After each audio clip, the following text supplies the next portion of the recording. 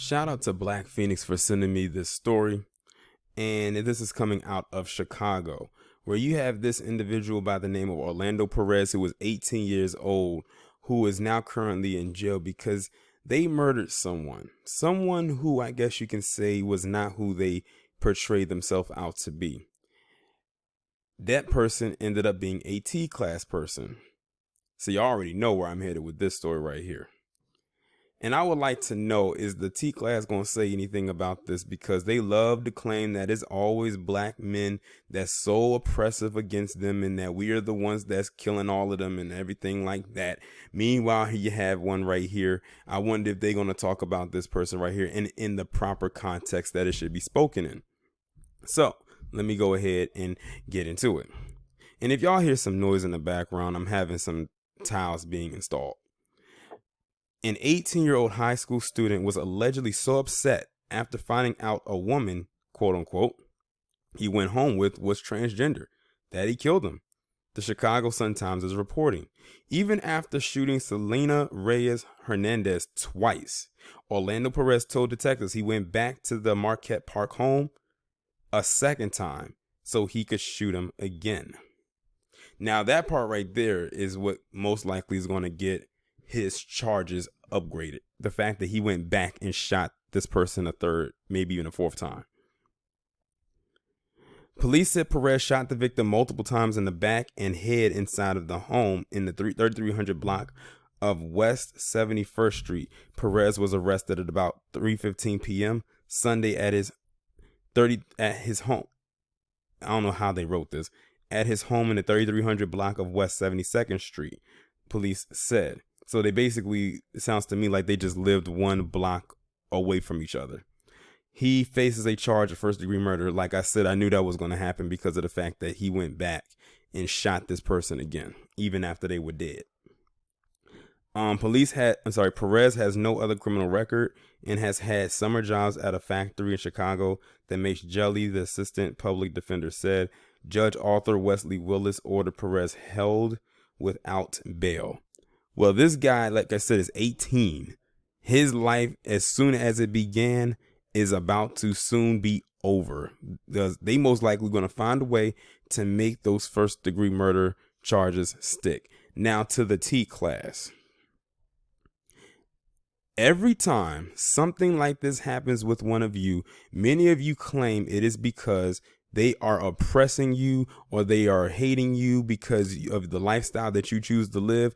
But let's take a page out of this book. And this page actually comes out of several narratives involving men who think that they are with women when they are not. A lot of you, and this is why many people call you Decepticons, because many of you are deceivers. Do not and are not upfront with these men who are looking for companionship with a natural born woman, and you get with these men and you do not tell them about you completely, and then they find out and you wonder why the things happen to you. Not saying that it was right for him to do this, but at the same time, what did this person expect? This person was not upfront with him about who they were. And to me, it sounds like this was the first maybe encounter they were going to have to possibly engage in a sexual intercourse. They probably were talking maybe text or by phone. And now this was the first encounter, and this person was not going to tell them who they really were. That's why they say if you want to be with a man, and this is to the C-class, if you want to be with a man, you need to be upfront and tell them who you are and let that man decide if that's what he wants to engage in or not. Otherwise, you are playing with fire. And that's why many of them end up deceased. It's not because people hate them or don't like them or anything like that. Sure, there may be some people that don't like them, but even then, I don't think they'll try to harm them in any way just because of the lifestyle they live, unless they try to be aggressive with the person who doesn't want to be around them in that way. But when you lie and you are not upfront with the people that you want to engage with in an intimate way, you cannot be shocked or surprised when those consequences fall upon you and then cry and scream out that they're transphobic. No, they're not hating you because of who you are. They don't like you because you're not being honest. And it sounds to me that's what happens with this story right here. So now 2 lives are gone. One is not coming back, and one is most likely not going to see outside of a prison wall ever again, should they be convicted. And to be honest, they most likely will be, because of the simple fact that this guy went back and was so enraged with what he discovered, which was probably the equivalent of the Crying Game. Those of you who've seen the movie know exactly how that movie ended. And that he went back and he shot this person again, probably because he doesn't know who this person might have been talking to. This person could have been telling other people that this is the person that they were talking to, and they may know some of his friends. And it might circle back around and be like, oh, you were messing with a you know what.